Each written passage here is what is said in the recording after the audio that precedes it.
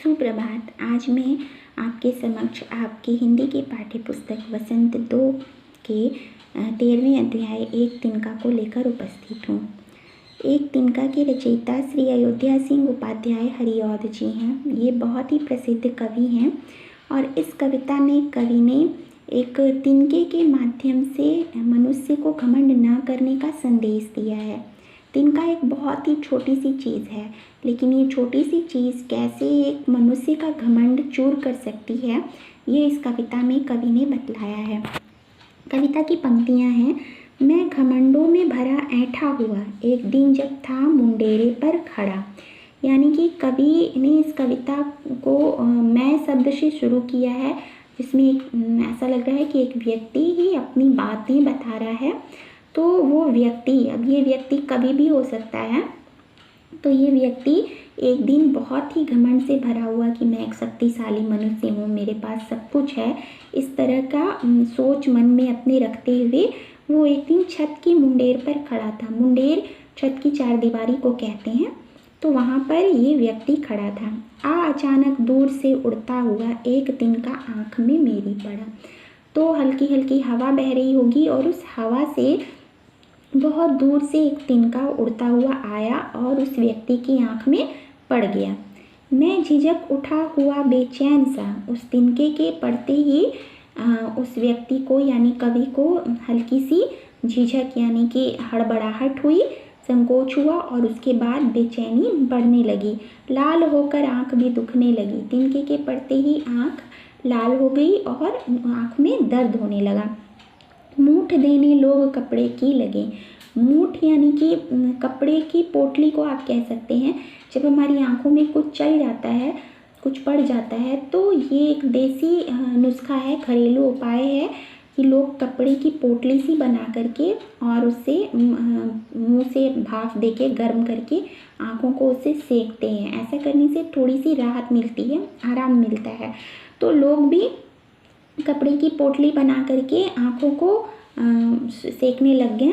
ऐंठ बेचारी दबे पाँव भगी, और ऐसा करने से जो तिनका है वो ऐंठ कर यानी कि निकल कर जब लोग कपड़े की मूठ देने लगे तो ऐंठ बेचारी दबे पाँव भगी।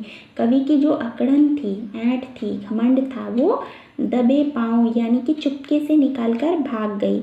जब किसी ढब से निकल तिनका गया, और जब किसी ढब यानी कि उपाय, तरकीब, जब किसी तरकीब से किसी उपाय से तिनका निकल गया, तब समझ ने यूँ मुझे ताने दिए। तब कवि की समझ ने, कवि की समझदारी ने, उनकी बुद्धि ने उनको ताना मारा। क्या ताना? ऐंठता तो किस लिए इतना रहा, एक तिनका है बहुत तेरे लिए। कि अब तक तो इतना ऐंठ क्यों रहा था, इतना घमंड किस बात पे कर रहा था? तेरे घमंड को तोड़ने के लिए तो एक तिनका ही काफ़ी था। यानी कि पहले कवि को ये घमंड था कि वो सर्वशक्तिशाली है, सर्वसंपन्न है और उसे कभी जीवन में किसी की ज़रूरत नहीं है। वो अपने सारे काम खुद अकेले अपने दम पर कर सकता है। लेकिन इस सोच के साथ जब एक दिन कवि छत की मुंडेर पर खड़ा था, तो हवा से दूर से कहीं एक उड़ता हुआ तिनका आया और कवि की आंख में पड़ गया। उस तिनके के पड़ते ही कवि की सोच, उसकी परिस्थिति, सब कुछ बदल गई। कवि ने बहुत से जतन किए, लेकिन उस तिनके को वो स्वयं निकाल नहीं पाया। उसकी आंख लाल हो गई, दर्द करने लगी, उसकी बेचैनी बढ़ गई, लेकिन वो खुद से उस तिनके से अपना पीछा नहीं छुड़ा पाया और तब उसे मदद के लिए लोगों का सहारा लेना पड़ा। बहुत सारे लोग आए और उनमें से कुछ लोगों ने घरेलू उपाय अपनाया, कपड़े की पोटली बनाकर मुंह से भाप देकर आंखों की सिकाई की। बहुत सारे लोगों ने कुछ और भी उपाय लगाए और इन उपायों को देखते हुए कवि की जो ऐंठन थी, कवि का जो घमंड था, वो उसके मन से निकल गई। कवि ने ये सोचा कि मतलब कवि की समझ ने उसे ये सोचने पर मजबूर कर दिया कि आखिर इतनी शक्तिशाली होने का, इतना धनी या सर्वसंपन्न होने का क्या फ़ायदा, जब एक छोटे से तिनके ने तुम्हें तुम्हारी औकात दिखा दी, कि ये बता दिया कि घमंड किसी का भी रह नहीं जाता है। एक तिनके जैसी तुच्छ चीज़ ने तुम्हारे घमंड को तोड़ दिया। तुम्हें जीवन में लोगों का सहारा लेना ही पड़ेगा जब ऐसी ज़रूरत आएगी। इसीलिए मनुष्य को सामाजिक प्राणी भी कहा जाता है, क्योंकि मनुष्य समाज में ही रह सकता है, वो अकेले रहने के लिए नहीं बना है। तो मनुष्य सामाजिक प्राणी है, इस बात का एहसास कवि को भी यहाँ होता है, और कवि को भी अपनी आँख से तिनके को निकालने के लिए लोगों का सहारा लेना पड़ता है। और तिनके ने कवि को ये बता दिया कि तुम जो अब तक ऐंठ रहे थे, स्वयं पर घमंड कर रहे थे, ये सब व्यर्थ है।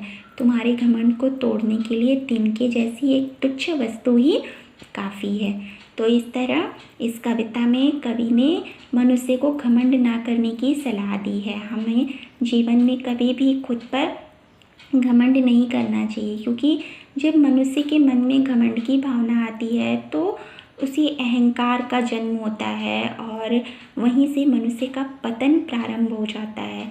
इसलिए हमें अपनी सर्वशक्तिशाली होने का, अपनी सर्वसंपन्नता का, ज्ञानी होने का, धनी होने का कभी भी घमंड नहीं करना चाहिए, क्योंकि जीवन में चाहे कुछ भी हो जाए, घमंड करने से ही मनुष्य बुरी स्थितियों को प्राप्त होता है। तो इस तरह इस कविता के माध्यम से कवि ने एक बहुत ही महत्वपूर्ण संदेश दिया है, और हम सबको इस संदेश को अपने जीवन में उतारना चाहिए। कविता के अगले भाग में मैं इसके प्रश्न उत्तरों को लेकर फिर आपके समक्ष उपस्थित होंगी। तब तक के लिए धन्यवाद।